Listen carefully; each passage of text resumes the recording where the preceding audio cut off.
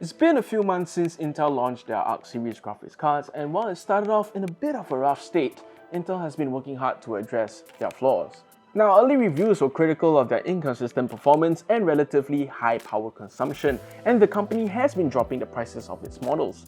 In particular, this Intel Arc A750 is now the same price as the entry-level AMD Radeon RX 6600, which is supposed to rival Nvidia's RTX 3060 and even the 3060 Ti.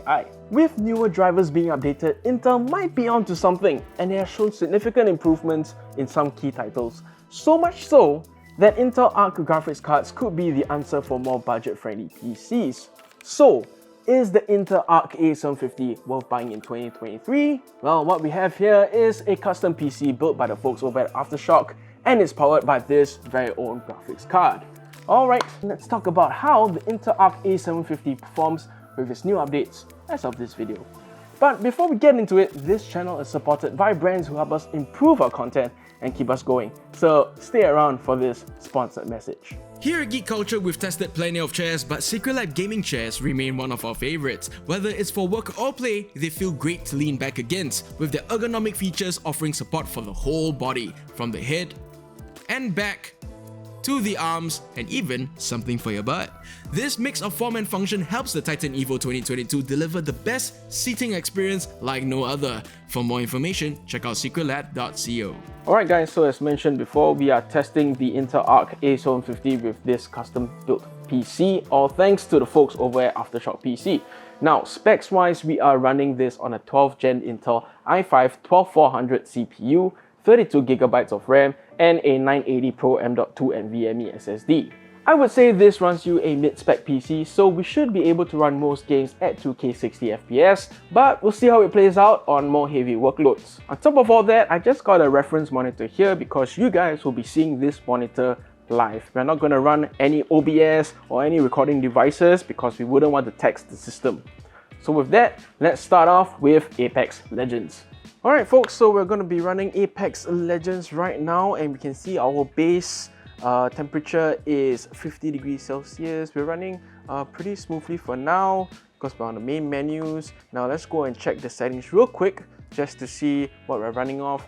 Now for the most part, this game has been optimized by the Intel Arc Control Center, so let's just see what we have here. Video settings, we're running this natively at 2K. Some interesting settings here: triple buffered VSync, TSAA, and T-aliasing, with most of the other stuff on low, disabled, model detail low, effects detail low, with only impact marks and ragdolls being high. So let's just give it a shot and see what we can get out of it. Okay, starting the game real quick here. We're running at a very smooth 60 FPS.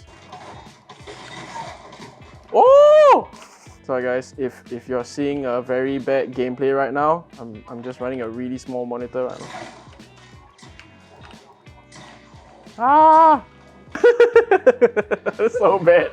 Sorry, that was so bad. One more time. Okay, albeit a very short match, we're running pretty smoothly. So let's bump up the details. I'm just gonna bring model details and effects details to medium.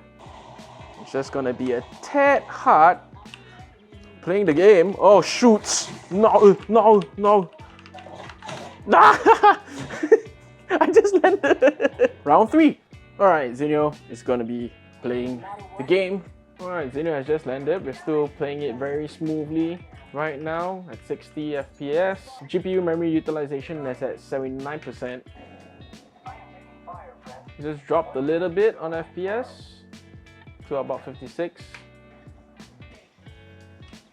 Even with all the smoke effects too, they're still running very smoothly. Nice. Run!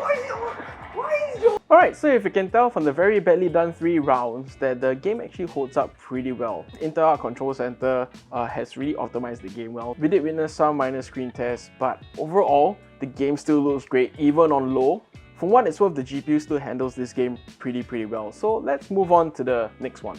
Okay, so we're here playing my favorite game, Dead Island 2. Let's go through the display settings real quick. Still running natively at 2K. Full screen, VSync maximum frame rate 60, and for the most part we are on the medium preset. So let's just see how it goes.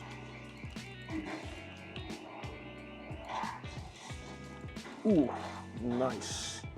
Woohoo! Still running pretty well, pretty smoothly too. Got a few little things here in the environment. Get away, zombie. Finish him.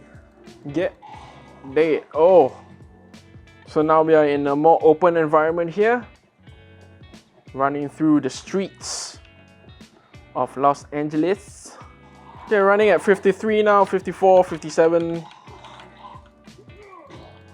Still playable on high. There we go. 54 FPS, 55 FPS. There we go. Nice. Alright, so I think it's pretty clear cut that the Intel Arc A750 is actually running pretty smoothly even on high at 2K. Still got very rich environments, minor frame drops, but I think it holds up pretty well. So let's move on to the next. Alright, so that's just a taste of gaming live. Let's walk through some in-game benchmarks. First, we got Returnal.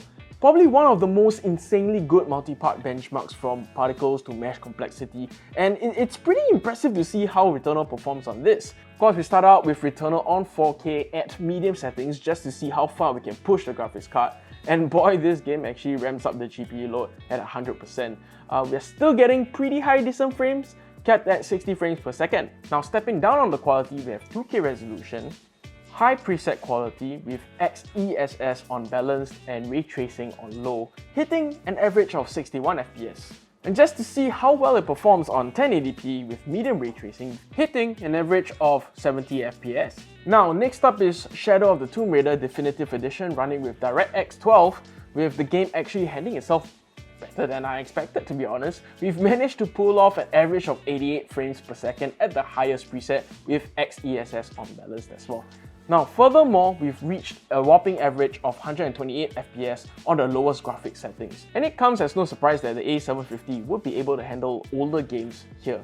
And finally, something for you RPG fans with Final Fantasy XIV Endwalker benchmark, which yielded a score of 16,026. And it just, it celebrates you with extremely high performance score at 2K resolution. So yeah, there. Woo! So as you can see from the performance alone, it's pretty obvious that the A750 can handle modern games like Returnal, Dead Island 2 and more. And that tells us that Intel is making steps in the right direction. And that's encouraging for a platform that's not as mature as AMD and Nvidia. So it's exciting to see a third entry in the market. The A750 isn't just another GPU that will just scrape by at minimum quality, especially if you consider that we are running these games on 1440p. And this means that it will cope pretty well at 1080p with the higher settings and will do so with less sweat than some of its costlier counterparts. Now with that said, video editing would be a juicy target, but gaming has been Intel's focus with the Arc GPU so far. And they are already doing some pretty interesting things when it comes to video encoding, but this is only supported by a handful of applications right now, so do let us know down in the comment section if you'd like to see us test this with content creation, as we'll leave that for another video. With that said, I highly recommend the Intel Arc A750 if you're looking for a graphics card that offers good value, or if you're just looking for a good entry-level GPU in general, this works. So that's the Intel Arc A750 in a nutshell. Can't wait to see how well it performs over the coming months. Don't forget to give us a like and do consider subscribing, it goes a long way. We'll see you on the next one. Ciao!